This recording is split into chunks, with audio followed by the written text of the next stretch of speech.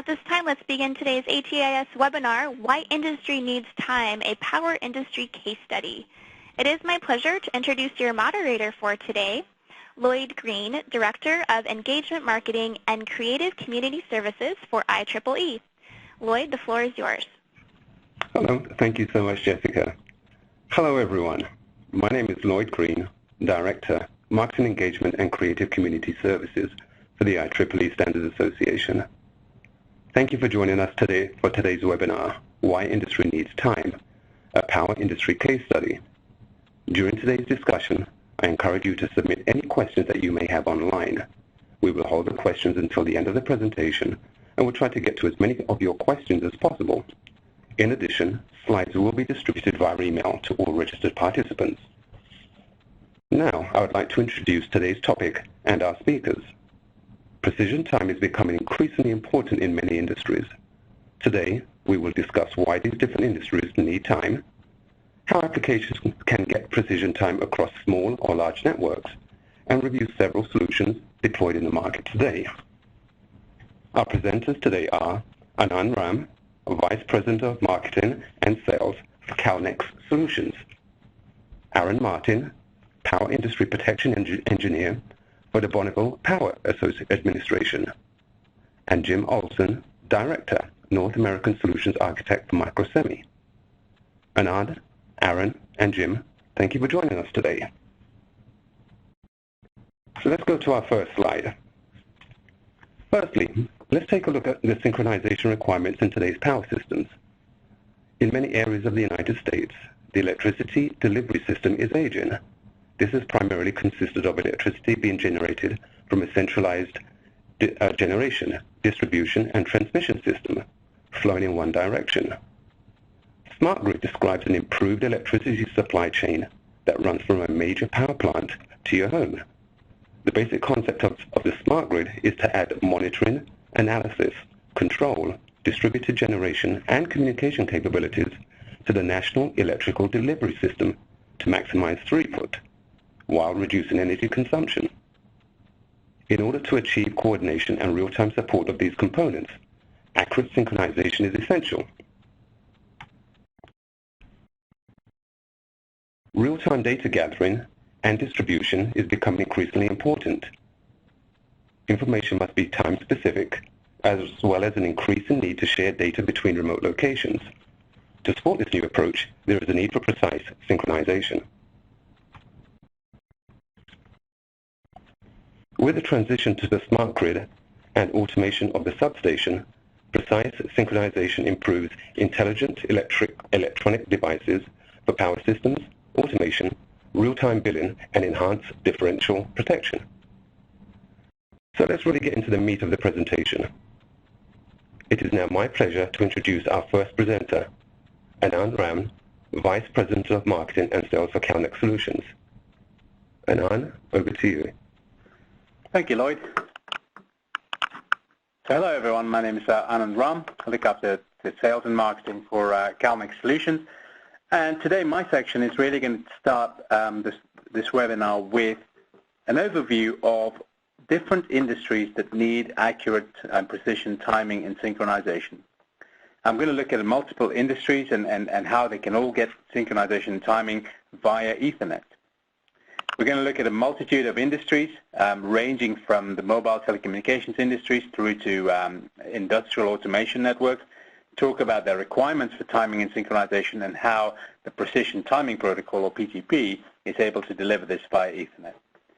But before that, maybe just to touch on one concept of PTP, or Precision Timing Protocol, which is the concept of profiles. So when the IEEE conceived the 1588 protocol, they came up with an idea of profiles. In one of the clauses in the 1588 document, the idea of the profile was to allow different industries or organizations to select different implementations of PTP suitable for their own needs.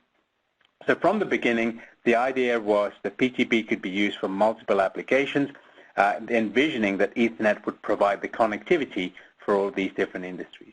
And one of the first industries to really embrace that was the mobile telecommunications industry. the need for timing and synchronization within this industry is reasonably well understood. It's really about enabling the radio frequency communication, maintaining the quality and throughput of that, as well as managing coordinated handovers between cell sites. So originally the first profile in the telecoms industry was called the 8265 no timing support profile, where frequency was transmitted through an Ethernet, IP Ethernet telecoms network to a base station, as I say, for frequency synchronization. And this is governed by the ITU-T under the recommendation 8265.1.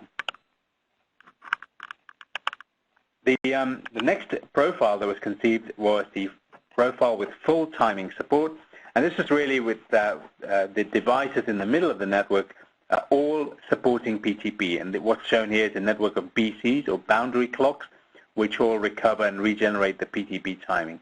And a full timing support network specified under the 8275.1 profile is really intended to be able to carry not just frequency, but also time and phase across that network. And also emerging is a discussion about implementation of partial, assisted partial timing support, where part of the components in the network are PTP aware. And this, with the assistance of GPS, provides a combined method of transporting accurate time and synchronization to the base station. So these three profiles, the no timing support, full timing support, and partial timing support, are either been ratified or being worked on by the ITU-T for use and what's commonly referred to as the telecoms profile. And as I say, this is the most established implementation and use case for PTP. But of course, as you'll hear in more detail from the next presenter, and also from Lloyd previously, the power industry and the power communication networks also have a need for precision timing and synchronization. As Lloyd already explained, the smart grid, which is much more diverse than the traditional networks generating and distributing power, requires that better and more wide area communication synchronization is deployed through the power grid. And of course, the greater efficiencies, the greater precision can deliver means there's a huge motivation for the power industry to look at precision timing protocol. And again, you'll hear more about this from Aaron, the next presenter. And indeed, the industry, the power industry, governed by the IEEE, has come up with a profile, called the power profile, and the current status of this is that there's level 2 profile with additional features being built on top of the level 1 profile, which has been ratified previously. So the power industry is also fairly advanced in its consideration and deployment of PTP for synchronization within that industry. The next area we'll look at is really financial networks or financial markets.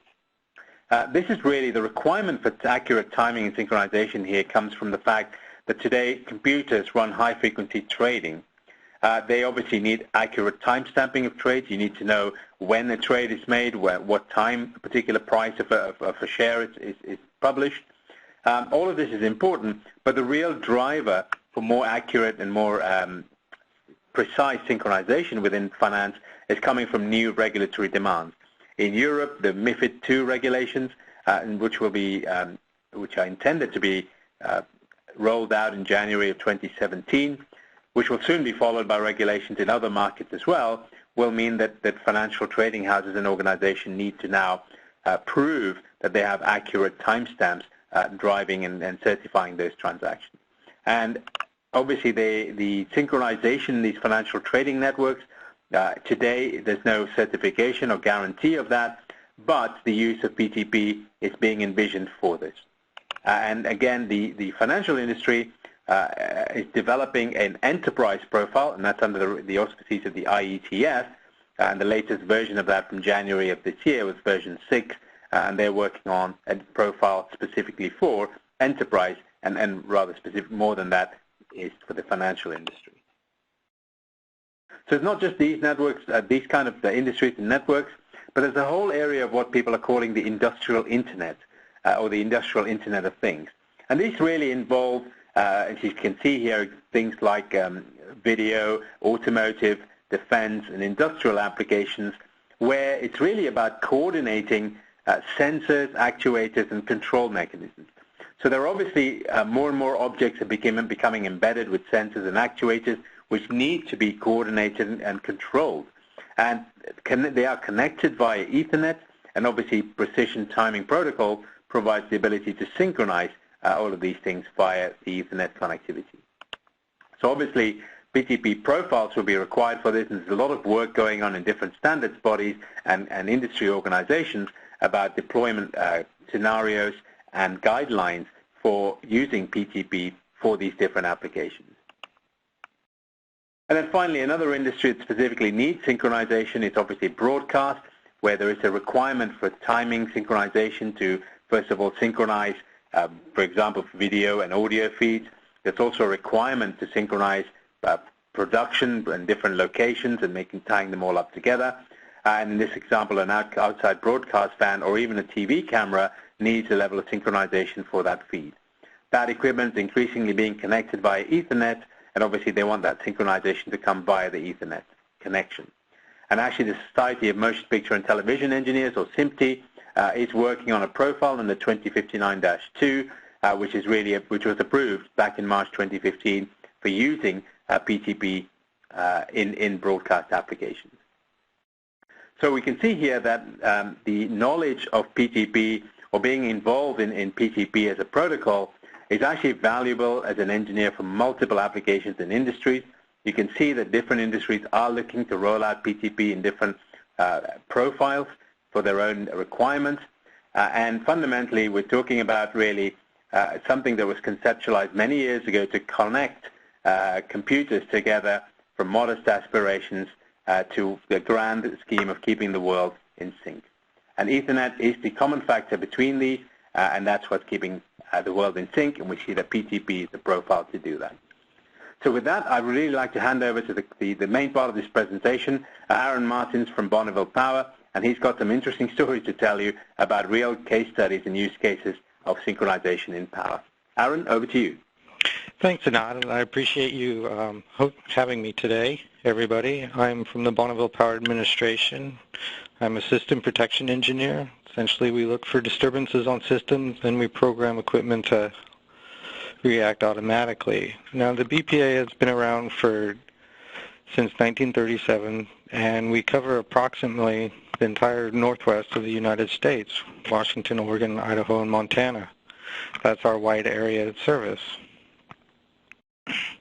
As you can see, we operate if the power system was compared to the transportation system, our responsibilities would be the freeways and the highways, and where we deliver the most power is on our 500 kV, 230 kV, and our 115 kV with one DC line of 1 million kV.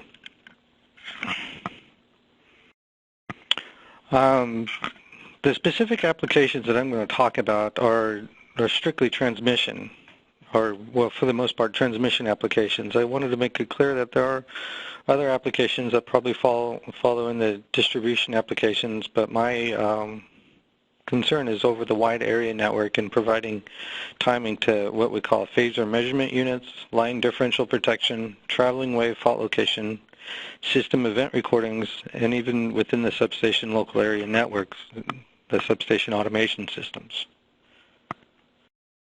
A phasor measurement unit, for those of you that might not be familiar, basically synchronizes measurement systems that provide information across the system in different areas.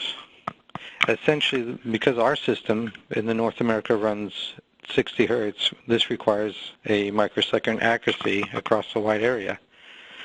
Now, our system is part of WEC, which is the Western Electric Coordinating Council, and this entire system is on the West Coast, ranging from northern Canada down to northern Mexico, is a synchronized power system. Our responsibility, again, is in the Northwest, and within WEC is the WISP, which is the Western Interconnection System Synchrophasor Program, and this is a screenshot of phasor measurement locations, and WISP is coordinating this effort, or the program is coordinating this effort to synchronize data from this area. As for North America, as of last year, these are the synchrophasor locations and the different operating areas within North America. As you can see, there's quite a few on the large West Coast. And in the East Coast, these power systems are actually synchronized together, providing power from east to west, west to east, depending on where the location centers are and the generation centers are. And the phasor measurement units gives us accuracy of the power flow. So why PMUs? As they're saying, they're high-speed real-time data of 60 samples per second, which requires the microsecond accuracy. That's our frequency. It's wide area phase angle differences. And it's a flexibility within the data stream, so we can actually provide extra information within the protocol of the phasor measurement unit, such as alarms and so on and so forth. Why is this important? If you recall the 2003 East Coast blackout, here's a graph where pretty much quite a bit of the eastern part of the grid shut off, one of the largest blackouts in our history. Phasor measurement, if you look at the phase angles when the system was normal on the left side, it's approximately 25 degrees is when you have a normal power flow from Cleveland to western Michigan. But as certain events occurred, of which the transmission lines, generations tripped off, you can see the system separating, the phase angle separating. And what's really interesting about this isn't something that occurred over seconds. This occurred within over an hour. So a phasor measurement, measuring the power flow over a wide area, gives you very good accurate of what is happening to your system, and this is one of the main drivers. Traditionally, power systems are run by SCADA. Now, this is our PMU data versus our SCADA data. Our SCADA data is sampled at every 2 seconds. The PMU data gives you an accurate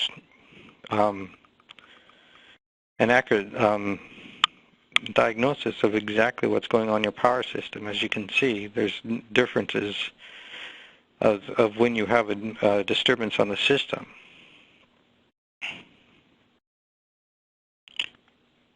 In this case, we have this is our synchrophasor network, an actual screenshot, and you can see an abnormal phase angle going from Montana down to southern Oregon. That's giving our dispatchers an opportunity to see that there's something actually happening in real time to the system, what we would call an abnormal angle. Another example, we have what we call a load break, which is essentially a 1400 megawatt resistor that we insert to actually slow the system down. And this is a phasor measurement of the frequency of when that load break.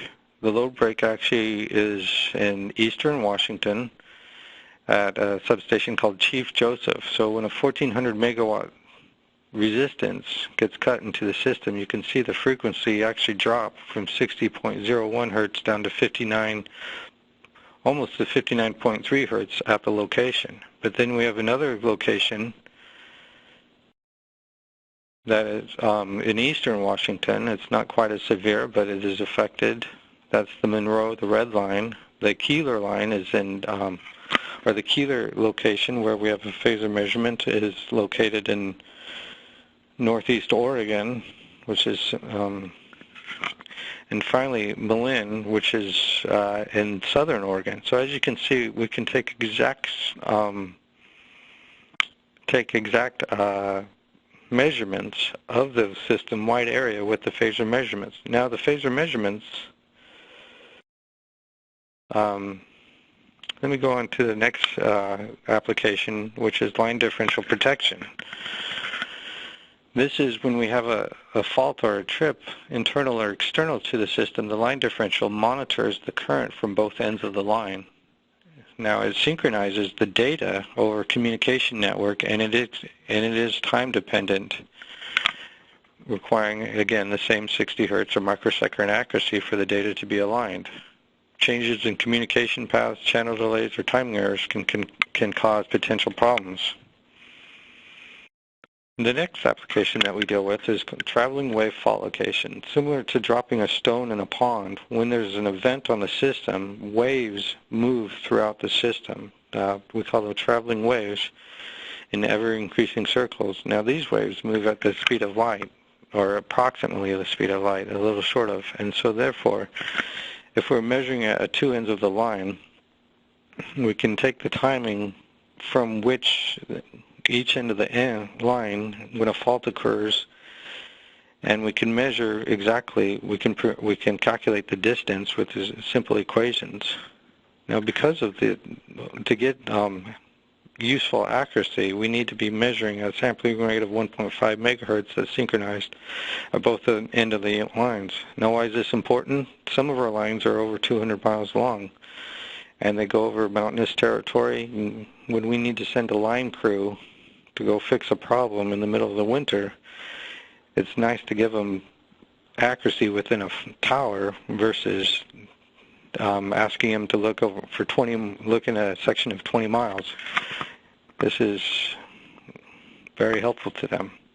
Here's an actual traveling wave event. As you can see, this is again in the microseconds to nanoseconds to get the accuracy of where it is occurring. Less demanding timing requirements is the digital events, which requires millisecond time tagging throughout the system. This allows us to see when the breakers opened at either end of a line and make sure everything operated accordingly. Also, we can learn when equipment alarms come in, and we can coordinate that the system is acting appropriately. Within the substation are the 61850 applications that require 1 millisecond accuracy. I-61850 with the Goose protocol, layer 2 protocol, requires 1 millisecond accuracy and can work with SNTP. As for sampled values, which is the digitization of current and voltage values, that requires the 1 microsecond accuracy. And as Anand was saying before, this will rely on C37238 or the 61859-3, the power profile of the 1588 standard, to get accurate within the substations. So here's some interesting cases of what happens when unsynchronized time causes. In 2014, we lost 2 500 kV lines due to bad data from GPS satellite testing. Essentially, the Air Force had sent up a satellite that spring, and it was in test mode. Now, the GPS receivers of the IEDs, which were differential relays, did not meet the Air Force GPS standard and ignored the test bit. So here's your line current differential during GPS testing. Under normal operations, the line currents would be out of phase approximately 180 degrees. Current in equals current out, and there'll be a little bit of charging current. That's the green cases. During the GPS testing, when one of the IED synchronized to the satellite under test, it appeared that the currents shifted approximately 110 degrees, and as you can see, the differential current increased to over 1 per unit of the actual system. Now this caused, again, this happened within the same night we lost 2 500 kV transmission lines misoperated. Resolutions. The way we fix this, we now track planned GPS testing notices. We've switched to different GPS receivers that detect the test mode. And we're using in-channel timing as source backup, as well as desensitizing the differential phase elements. Now these are Bandaid approaches.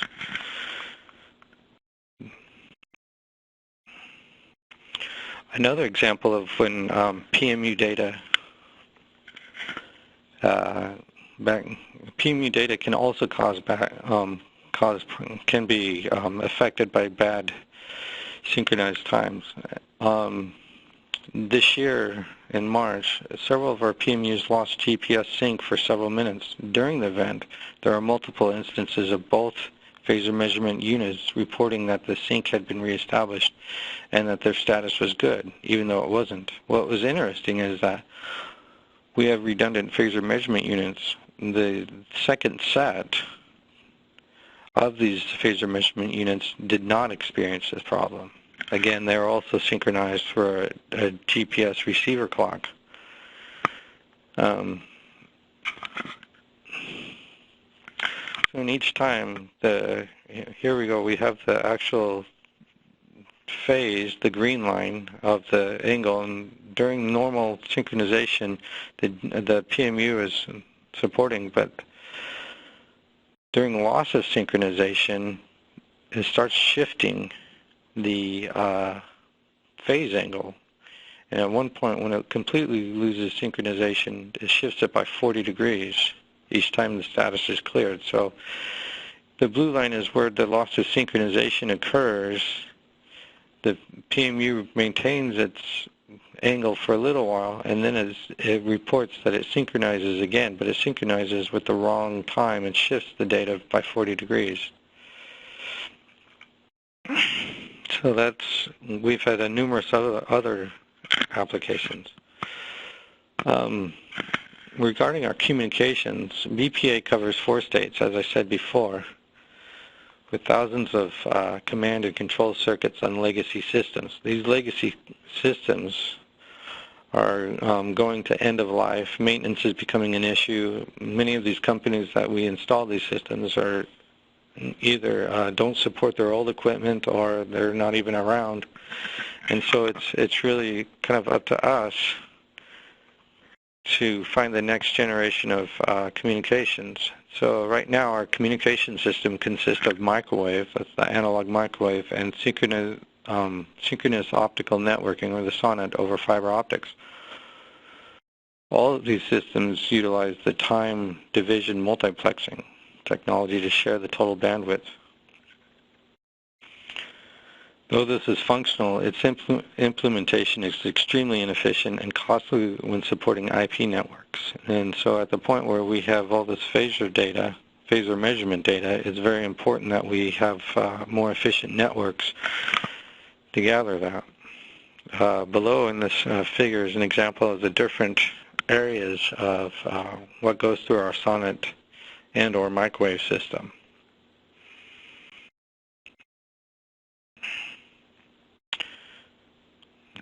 Oh, wrong way.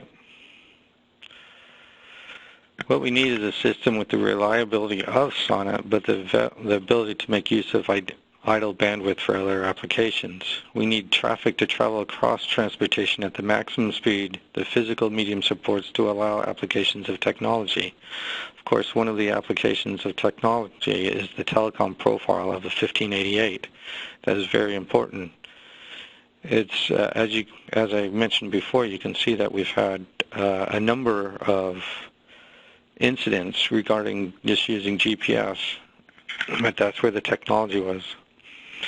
So Ethernet, precision time protocol, is something that we're interested.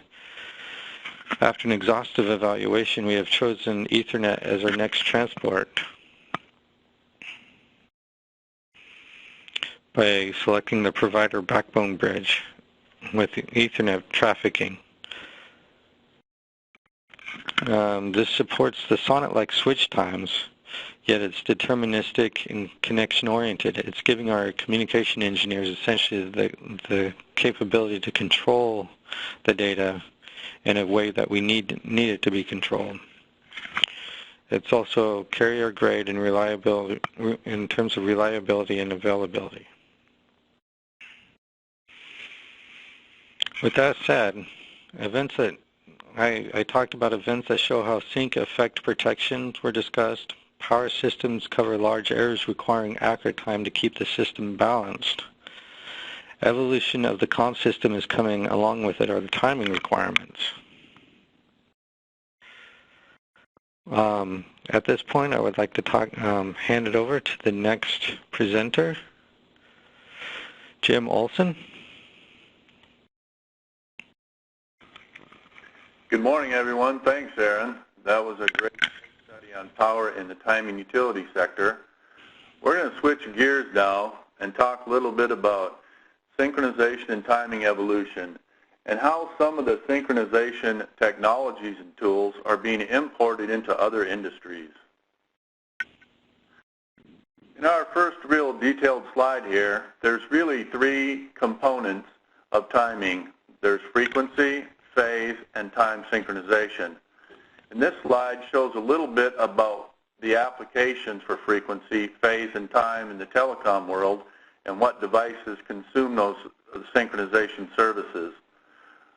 Easy example of frequency is two signals.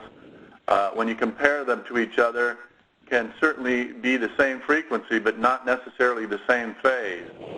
But two signals of the same frequency could also be the same phase. And the third component there, time, is kind of unique where we can extract both phase and frequency from time synchronization, where the reverse is not appropriate, where we cannot extract necessarily phase or time synchronization from a frequency-based signal.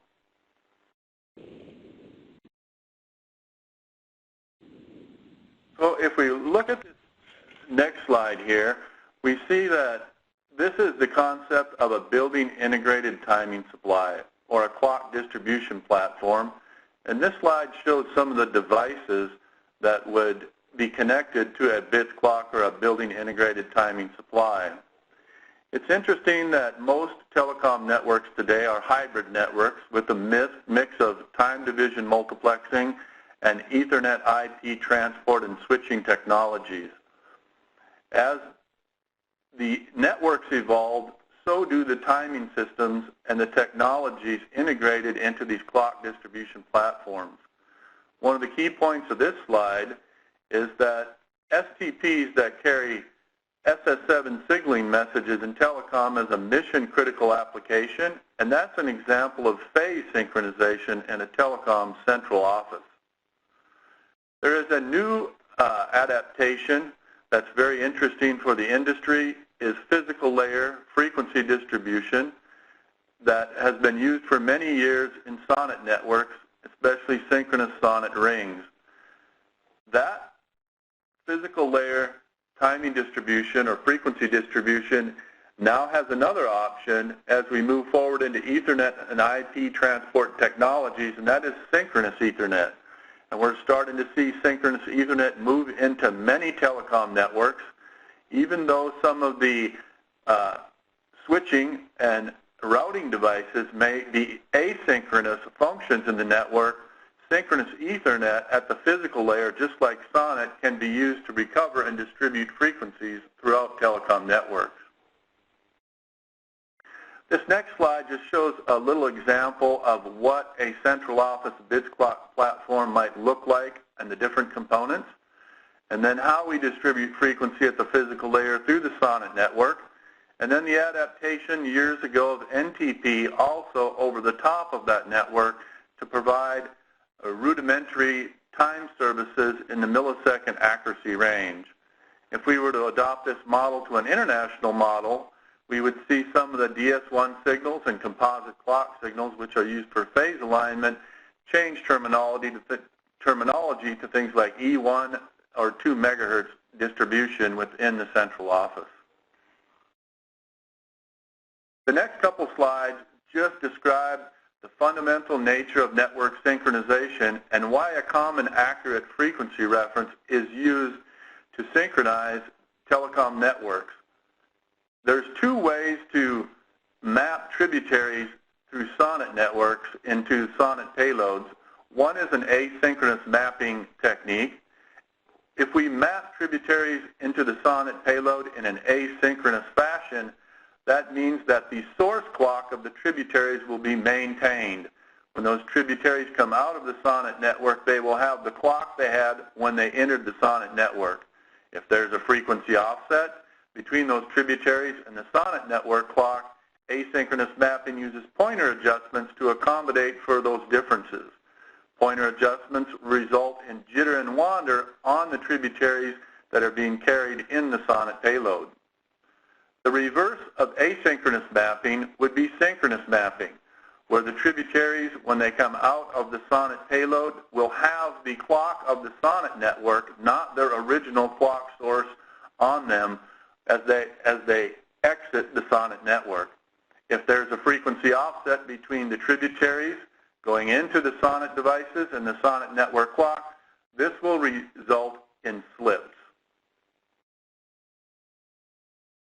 So if we look at the evolution of synchronization and timing in telecom, we see that we're moving from frequency to frequency, time, and phase applications and requirements.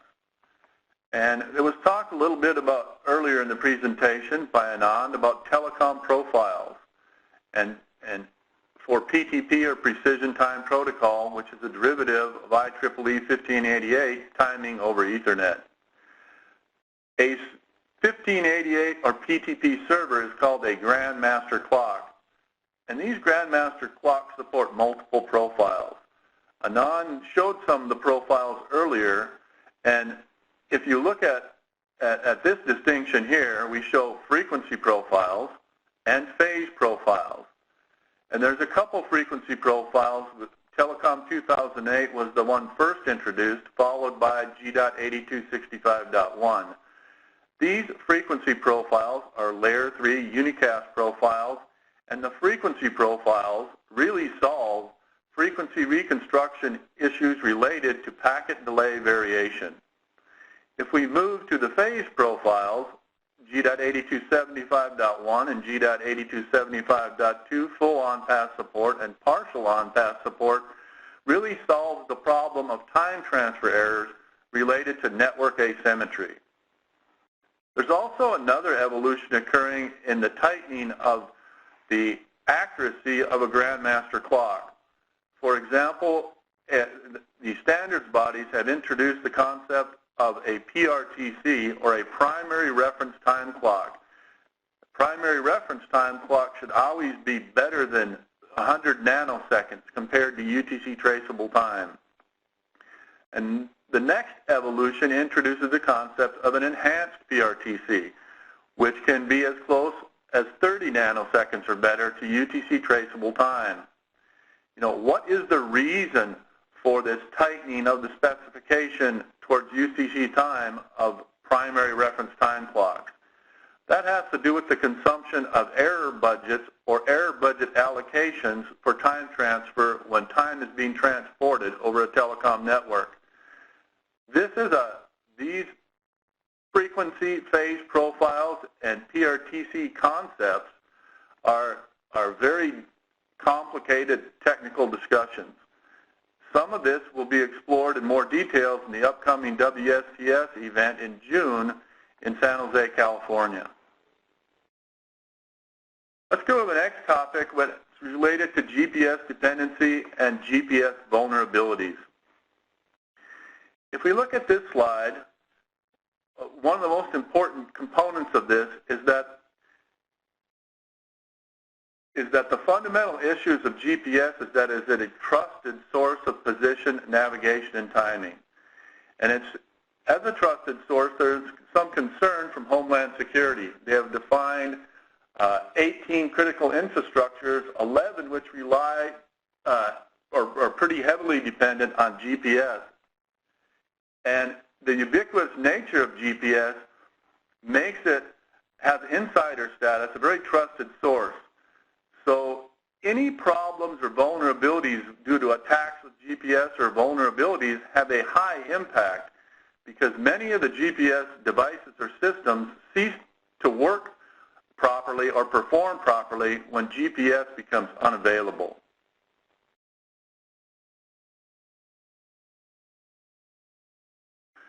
The next thing is a little more detail concerning GPS vulnerability or GPS attacks. There's two types of failure modes GPS attacks can introduce. There's GPS jamming, and then there's GPS spoofing. GPS jamming can be intentional or unintentional. An example of unintentional would be a truck driver who wants to take a nap and turns on a GPS jammer and he's parked next to a cell site and unintentionally jams that cell site's GPS frequency. but there could be more nefarious associations of that with intentional jamming. An example of that would be the jamming that's occurring today in South Korea, where the city of Seoul, Korea is being jammed every day, 24 hours a day, by jammers from North Korea. The other piece of attack has to do with spoofing. Spoofing is quite a bit different from jamming. Spoofing is where the GPS receiver is tricked, where you have a device that is sending a GPS simulated signal into the receiver to deceive the receiver. So these are much more nefarious attacks, and they are certainly intentional attacks. GPS spoofing is not unintentional. So there's a technology available today, cesium atomic clocks, that can be deployed to hold frequency and phase in many applications and architectures where GPS becomes unavailable. Cesium atomic clocks do not need an external reference. They're extremely accurate by themselves. And for example, when it comes to phase accumulation or time error accumulation, a cesium atomic clock will accumulate about 86 nanoseconds of time error or phase error per day. So it takes about 2 weeks for a cesium to reach a 1 microsecond timing error. And there's techniques we can use in Grandmaster clocks using a cesium reference to actually hold phase to 1 microsecond even much longer than the capability of the cesium itself. So cesium atomic clocks are a great technology that can be used to help GPS vulnerability issues. You know, the timing tools and technologies used in telecom are being imported by other industries. A couple of questions come up because some of these power profiles and timing applications are pretty complex. So first question, how do you meet and measure stringent time and phase requirements? For example, if you're using PTP, how do you measure PTP to know it's working correctly? What sort of information do you need to understand that it's working correctly? How do you measure accuracies? What are the timing requirements for circuit emulation applications? Typically that is a stratum 1 frequency requirement. And how do you regenerate and reconstruct timing on circuits that are carried over packet networks? There are options to do this using synchronous Ethernet or 1588. For each operator that's executing on these applications, what's the best choice for them? As Aaron and Anand talked about in the timing for power utility sector, you know, there is a PTP power profile. And in the substation LAN environment, in the power utilities, this profile calls for the use of transparent clocks. What is a transparent clock? You know, how does a transparent clock reduce time transfer errors? And the next point is the future of packet-based timing. As Anand said in his presentation, packet-based timing is being imported into broadcast video applications, financial trading, the Internet of Things. You know, will these be new PTP profiles for these industries? Will these industries adopt existing PTP profiles? You know, these are some very interesting questions. When it comes to GPS vulnerability issues, do you need a backup strategy to GPS or GNSS? What role do atomic clocks play in a backup role for GPS vulnerability scenarios? You know, join us at the WSDS conference in June in San Jose for answers to these questions and many more.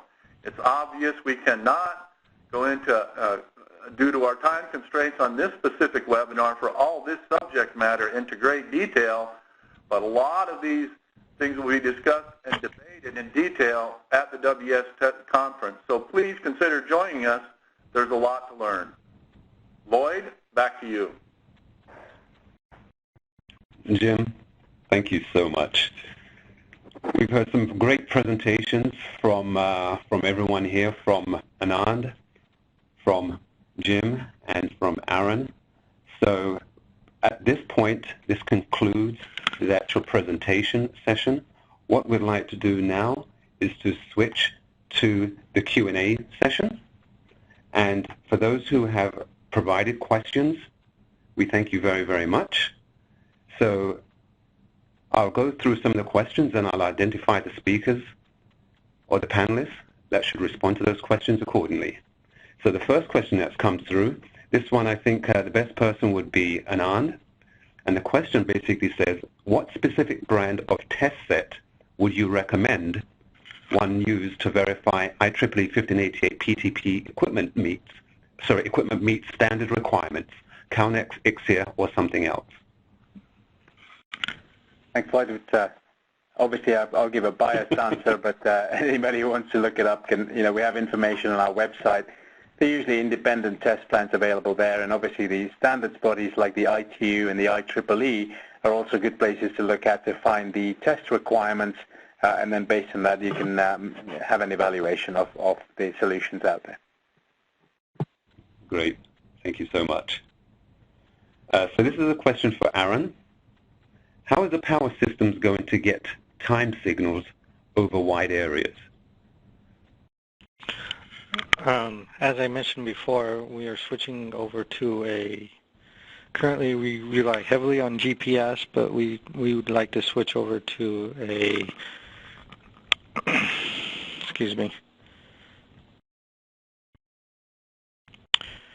to the PBB carrier Ethernet.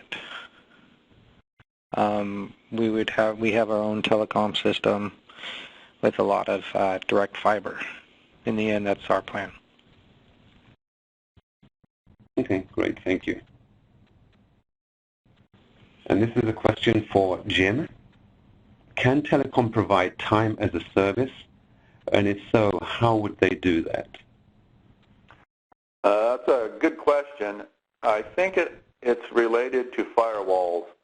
As long as you can host NTP or PTP servers, for an example, outside the firewall for the private internal telecom networks, you could certainly provide timing as a service. One application of that certainly would be where third-party backhaul is used in mobile backhaul applications, where the third party could actually provide timing as a service to the end devices, such as the base stations, after the demarcation point between the third-party backhaul and the actual service provider. The only question, of course, is the firewalls to make sure that someone that is not part of your company gets through the firewalls into the internal network. Great, thank you so much. Yeah, we're getting a flurry of some very good questions. So another question for us which has come through. This one is regarding accuracy requirements. What is the accuracy requirement for wide area? It sounds like 500 nanoseconds to UTC. What is the precision of timestamping needed between PMUs? That's microsecond. I'm sorry, yes. Okay.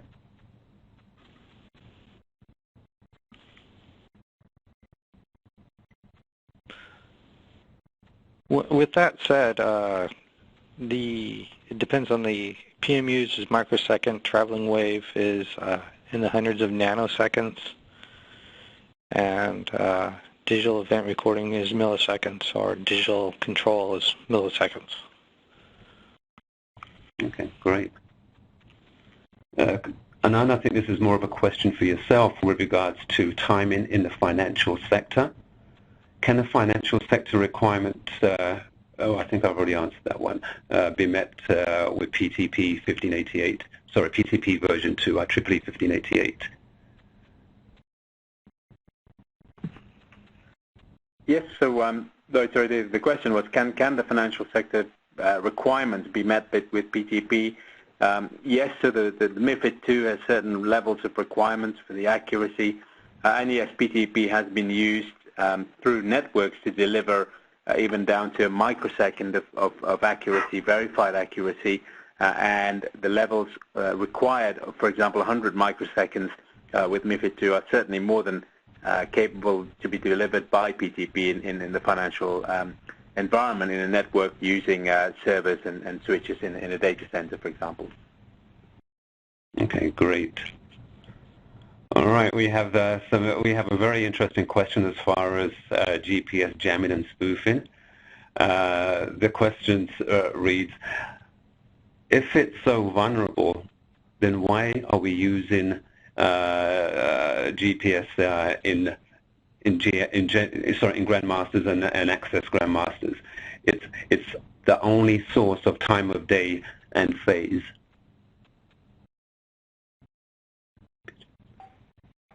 So this is Jim. So there's really only 2 devices out there that can produce accurate, traceable frequency. That's GPS or GNSS receivers or cesium atomic clocks.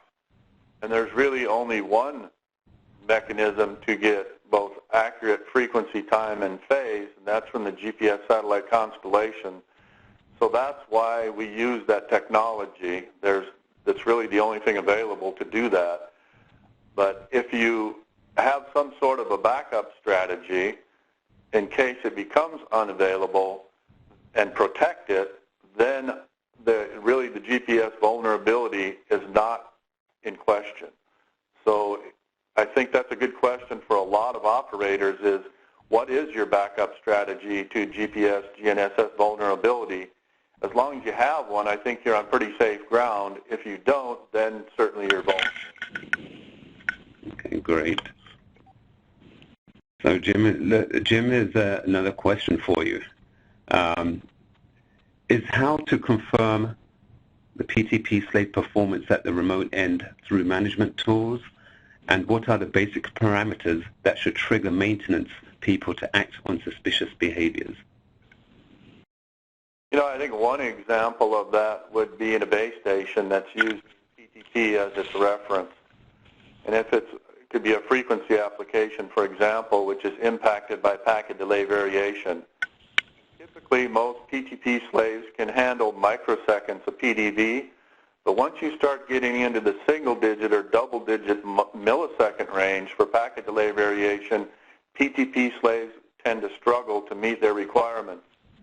So a tool that could look into a base station and see what level of packet delay variation it's receiving could give some sort of a warning indication that the packet delay variation magnitude coming through the network has changed. It's now excessive, and you would expect to see some alarms coming from that related to the excessive PDV.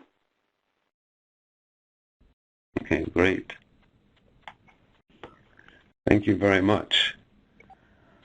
Okay, that concludes the Q&A session. Being very sympathetic to the time now.